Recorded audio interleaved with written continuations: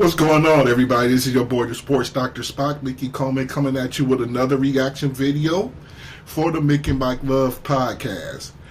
Last night, the Lakers and the Knicks squared off, but at the end of the game, LeBron James had a few words for Stephen A. Smith, and they got in a on-court, I guess, confrontation.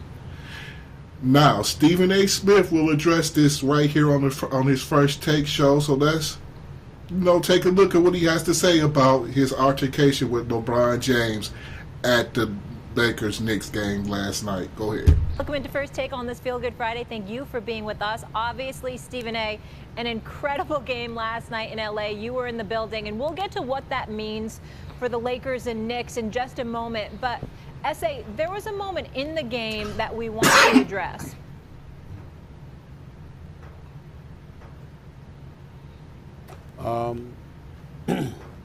That was LeBron James coming up to me, unexpectedly, I might add, to confront me about making sure that I mind what I say about his son. Can't repeat the words because they ain't suited for FCC airwaves. That's what he was doing. And I thought long and hard about this over the last few hours because I had no intentions, Molly, of talking about this at all. Yeah. And the reason why is because it was a one-on-one, I wouldn't say a conversation, but it was a one-on-one confrontation. But then I wake up and everybody from ESPN and my agent and everybody else were sending me that this thing had gone viral. And so ultimately it was unavoidable, and that is why I have to discuss it now. See this property on Craigslist God for $4,300 a month? Well, it's been sitting empty for the last 28 days. And there's That wasn't a basketball player confronting me. That was a parent. That was a father. And I can't sit here and be angry or feel slighted by LeBron James in any way in that regard. By all accounts, he's obviously a wonderful family man and a wonderful father who cares very, very deeply about his son. And based on some of the comments that he had heard, or shall I say, I think he thought he heard, he clearly took exception to some of the things that he heard me say, and he confronted me about it. For the record, his agent and friend, Rich Paul, has my number. Maverick Carter, who works under him, has my number. LeBron James knows how to get in contact with me if he wanted to. He never called, because had he called and wanted to talk to me, I would have accepted that call. Had he wanted to see me, I would have flown out and I would have seen him and I would have had a conversation man to man. But that is not what he elected to do. Instead, he elected to confront me while I was sitting courtside. Ari Emanuel, the head of William Morris Endeavor, one of the agencies that represents me, along with Larry David, was sitting courtside. I was with them. I want to say something about that right quick. I think one of the reasons maybe he didn't do it that way, Stephen A., and I'm just thinking maybe, is that he didn't really want to address it either. A lot of times when you're in the public eye, I hear people say that they don't really have time to, he's LeBron James. He don't really have time to address haters like that. Just keep making buckets. But what you said touched him, and he probably tried to ignore it. But he saw you, and that might have just kind of triggered him just seeing you. That might be why he did that there. I'm just guessing. I don't know why he did it there, but that could be a reason why. I don't think he didn't want to. I'm thinking maybe he didn't want to address you at all, but when he saw you, that all changed. Let's go. With them for the game. And he walked right up to me and he said what he had to say. And apparently he feels like I was slighting his son. Now let me tell you what I feel. Okay. What let's I get would into have this. said if we were in a different environment, because I was not going to engage in a confrontation at that particular moment in that setting. But if we had that conversation, I would have said to LeBron James, I never would speak negatively about your son. I was talking about you, meaning you, LeBron James. I have nothing but the best wishes for Bronny James. I wish him nothing but the best. I hope that he flourishes into an NBA star. Usually in other sports we see all-stars, and on occasion we'll see their children become stars as well. That doesn't really happen with the NBA. That's true. I sincerely hope he's the exception. It's All rare. accounts, he's a wonderful kid. And I don't know anybody who roots against him, and it certainly isn't me. But in the same breath, at the time that we were talking about him, he was percolating to such a degree that the Bronny James stories had gone viral. And so we had to talk about it. And when I said the things that I said, I wasn't talking about Bronny James because my attitude is he's a rookie. It's going to take some time for him to get himself together. He'll be just fine, especially with J.J. Redick and the staff coaching him. I did a video about this subject, about about him speaking on Bronny James, and he really was talking about LeBron. I will attach, if y'all want to see that video, I will attach it to this one, and you guys can go back. So he's, from what I've seen, he's kind of telling the truth there, that he was more on LeBron than Bronny in that situation, for that one video at least. Go ahead. I was talking about the position that he was put in by his dad, because LeBron James has been on the record, and he has said, and I'll read the quote here. There was a quote that he gave in February of 2024. The work and results will ultimately do talking, no matter what the size. If y'all don't know, he doesn't care what mock drafts say. He just works, earned, not given, etc., etc. Okay. But he also had said that his son could play on the Lakers right now, and he was better than half the dudes in the NBA.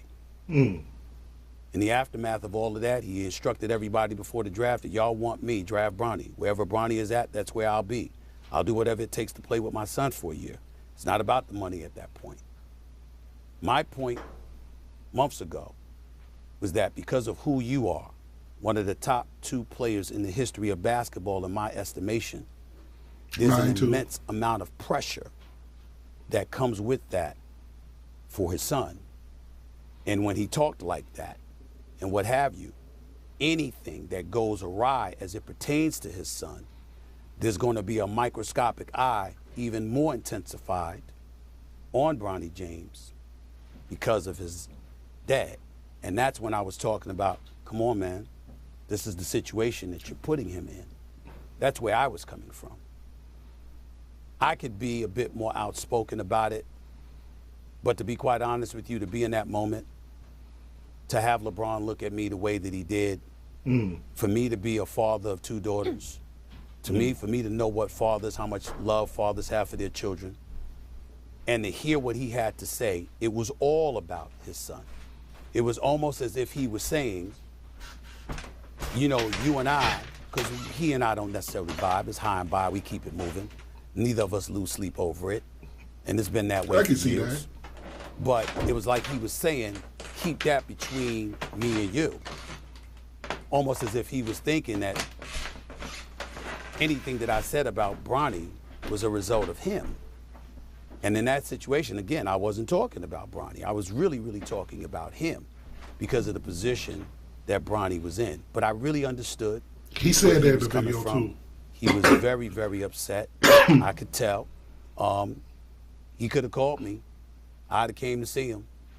I'd have had a conversation with him. He could have been just as upset face-to-face, man-to-man, as opposed to being courtside at the game. I had no idea that everybody saw it until I woke up this morning. But it is what it is. In the end, like I said, you know, I as a father, I get it. I'm not offended. I'm not insulted. I don't have any animosity or animus towards LeBron James for this.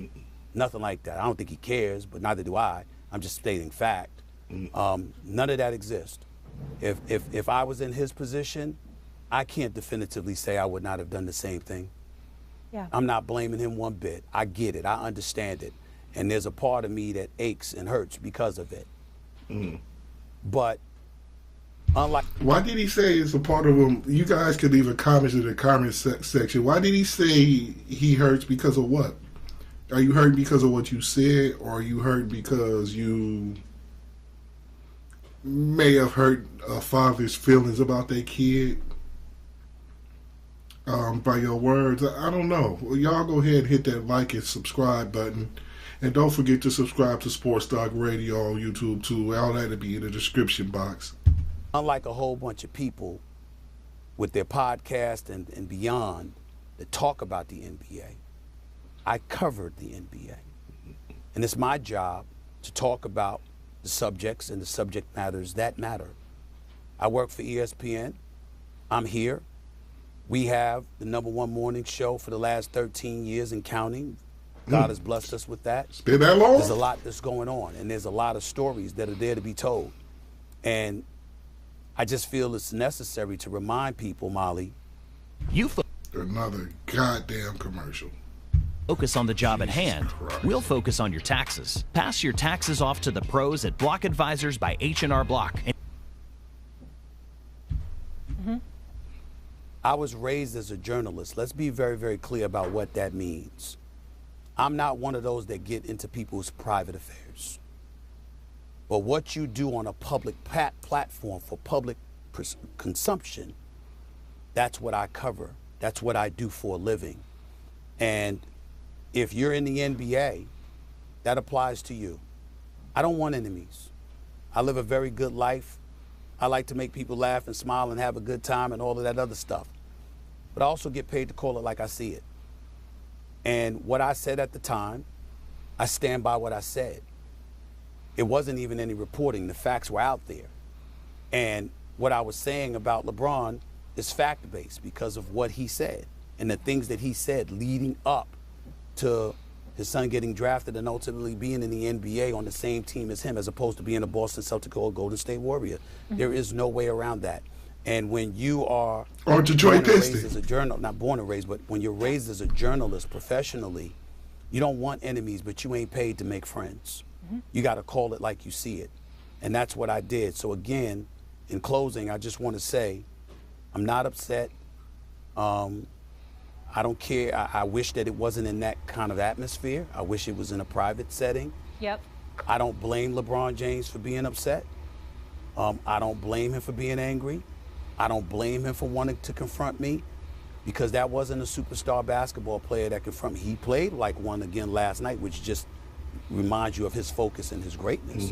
Yeah. But that wasn't a basketball player that approached me last night. Let's get That was a into dad. That was a dad. Okay. So it seems like he understands why LeBron did what he did last night by confronting him, I believe, after the game, where LeBron did play a terrific game. The Lakers have been very good since getting Luka Doncic. They've played very well. Stephen A. Pretty much took this one on the chin, and he seems to be pretty stand-up about it. But what do you guys think about this video?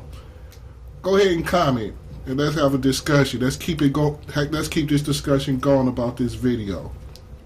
This is your boy, the Sports Dr. Spock. Until later, I am out. Don't forget to like and subscribe.